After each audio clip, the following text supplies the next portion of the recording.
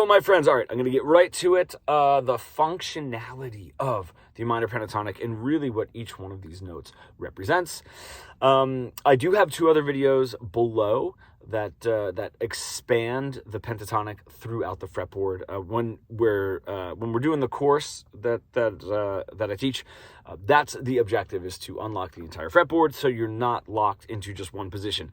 In this video, I will just be working with our first position, all right, of the minor pentatonic, just in case you don't know any of the other positions. All right, we're just going to get into the musicality behind the minor pentatonic, how to get into some phrases. Then, if you go down into the description, I have two other videos that you can then take the theory of this and get it all around the neck, play it all around the fretboard, which is really great. When we're talking about the minor pentatonic, all right, we've got 5 notes. And this is the sequence. 1, or my root note. 1, flat 3, 4, 5, flat 7. All right, 1, flat 3, 4, 5, flat 7. 1, and then flat 3 up here. Okay, cool. What I really like to do in the very beginning is sort of play this, maybe a shuffle, right? And depending on where a client, like a new client's journey is in their improvisation, I'll say, just give me a little A minor pentatonic. Let me see where you are. Now, a lot of people will come in and do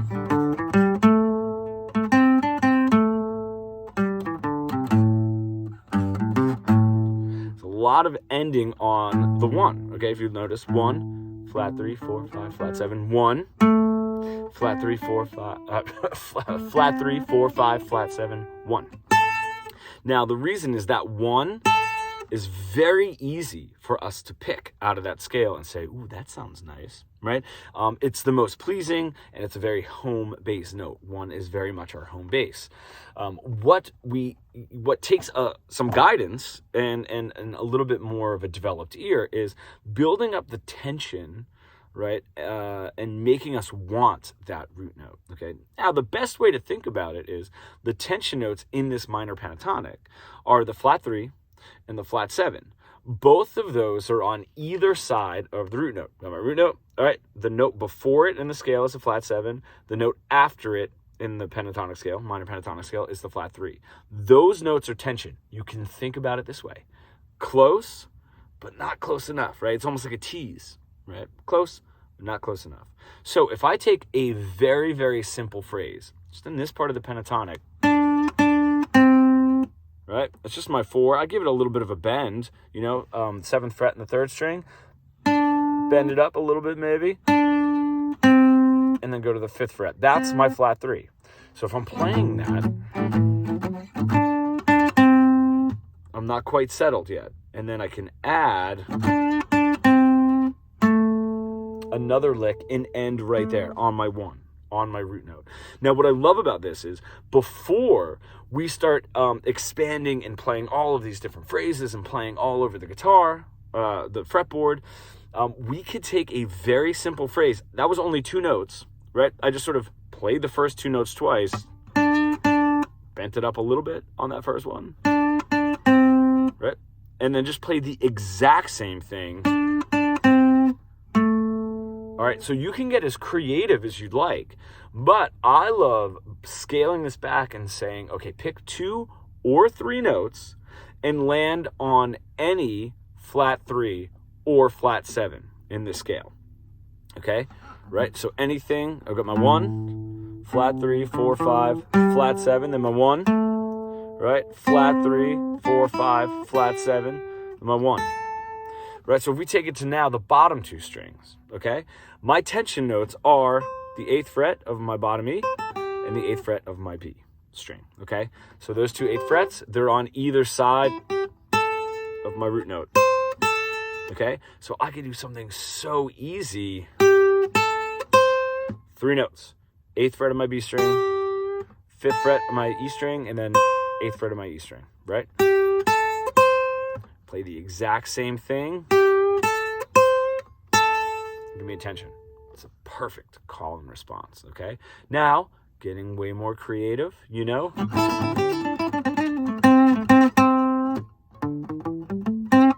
added the blues note in there, but Those two, when you hear somebody riffing like that, a lot of times we think it's, right? That sort of starts going nowhere. We're not building any phrases. This, no matter how fast I do it, the more notes I add, the more scattered it gets. There's no point, there's no direction. This honestly sounds way better, right? There's two phrases that develop off of each other, right? With direct repetition, it's the same exact notes, except you're just adding the one, right? The root note right there on the end. That lasts so long. Say, okay, well, I have 3 notes. Maybe I'm still going to stick with 3 notes, but I might play one of those notes a few times. Cool. Now that's my flat 7. I could do the same thing. Add my root note, and it's all resolved, right? Perfect tension and resolution. In just a little bit of a side tangent right here, right? When I was sort of playing this, just sort of going up and down with no direction, when you hear somebody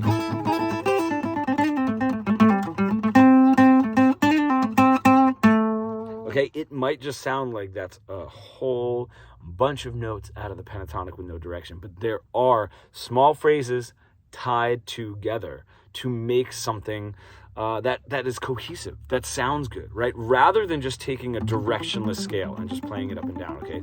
We hear guys like Jimi Hendrix or Jimmy Page doing that.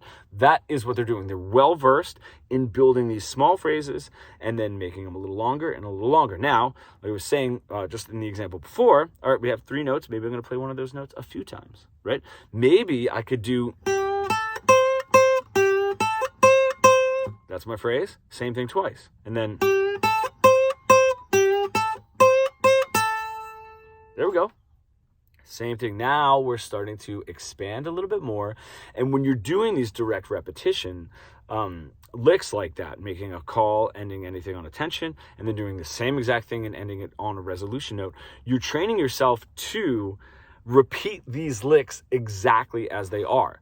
Then the next phase of this is taking that rhythm, right, and doing a direct rhythmic variation of it, right? So the rhythm would be exactly the same, but the notes would vary. So if I have...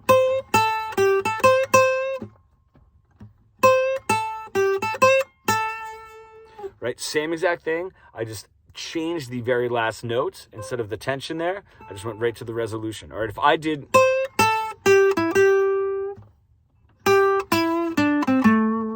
Same exact rhythm, right? The first note or the first lick had that tension, and then went down and ended on my resolution.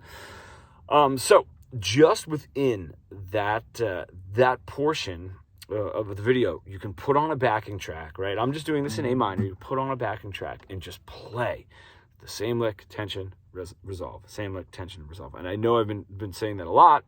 But hammering that home is going to make your solos so much better, I promise. Now, the next stage in this is like, we're building tension and then we're resolving it. We're building tension and then we're resolving it. If I keep that tension going, right, it starts to get real tense and starts to sort of turn the listener off. So if I have...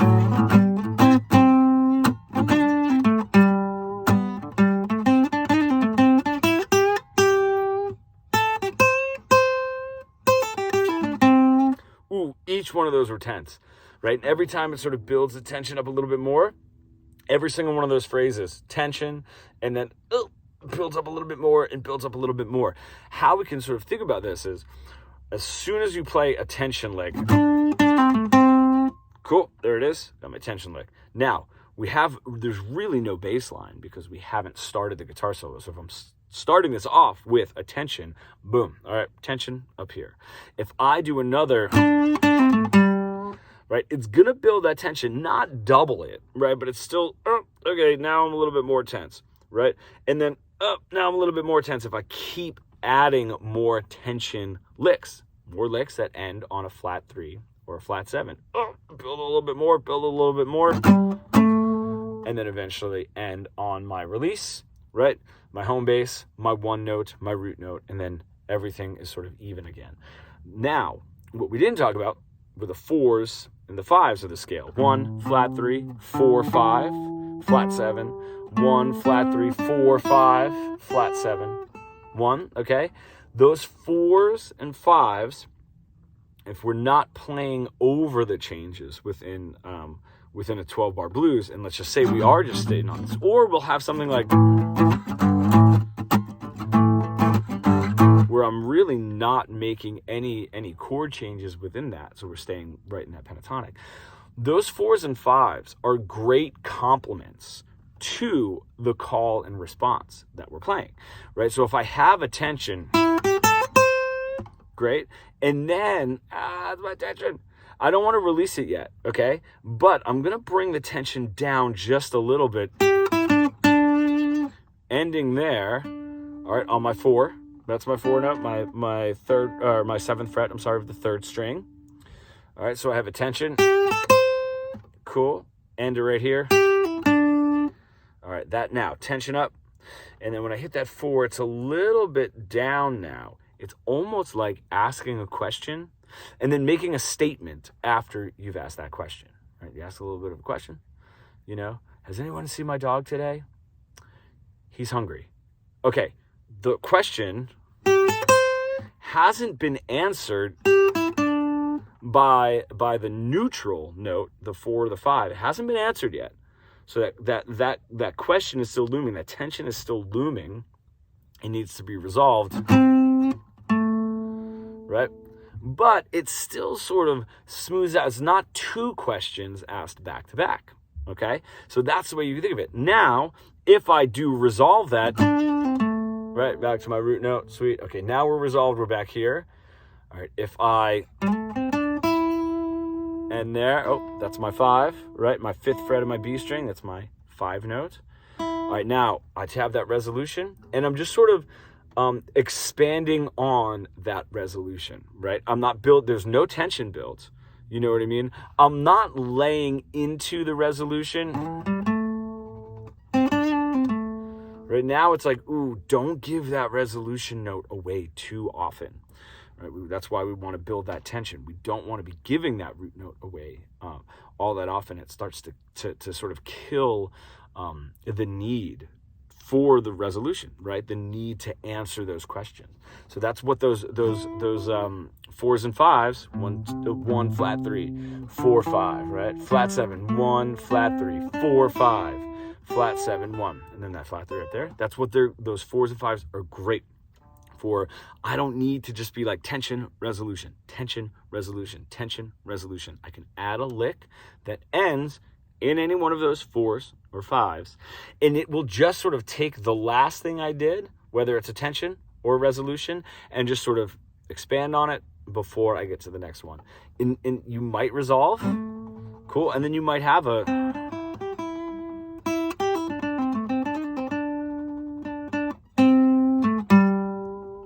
there's my tension, now another resolution, okay? So mess around with this. My favorite thing to do with clients is just lock them into 2 strings of the pentatonic at a time, mainly the bottom 2, right? And then, right, and that's really because we're getting both tension notes in there. We're getting a flat 7 and a flat 3, right? Flat 3, 1, and then flat 7, right? There's my 5. And then if I do the middle 2 strings, the G and the D, right, I have my 4, my flat 3, my root note, and my flat 7, right? These, yeah, we do get a 4 and a 5, a flat 3, and a root note, but everything that we're doing here is going to apply to those top 2, the low E and the A string. So you have a lot to go through, and you can be as creative as you want. When you're building these phrases, really focus on where that phrase ends. If I want to build some tension, I could, ooh, that's still tense, even though I hit that root note so many times in the beginning. It's all about what you end with. Something that I'll never forget when I first got to Berkeley when I was a teenager. I remember sitting with my roommate, and he had a live recording of a gig that he had done, and the drummer just did such a fantastic job soloing. It's a great little drum solo, and just messed up right at the end. And it's just funny because no matter what he did leading up to that, we'll always remember sort of the F up there at the end. And you can think of that, the ending wraps everything up, you know? So really focus on the note that you're ending your phrase on, okay? Do this over, get more creative, do it again, get more creative, do it again. Put on some of your favorite, mostly blues, but like that sort of blues rock pentatonic guitar solos and guitar players, and see if you can hear what they're doing. Are they doing that? Are they building tension? Are they moving? Is what they're playing conversational? Does it have something to do with what they just said and not just, right? No direction there. There's nothing happening that's interesting at all. Take that information. Again, as always, when I do these videos, any comments, any questions, DM me, or just comment below and let me know if I can clarify anything, and I will see you guys soon.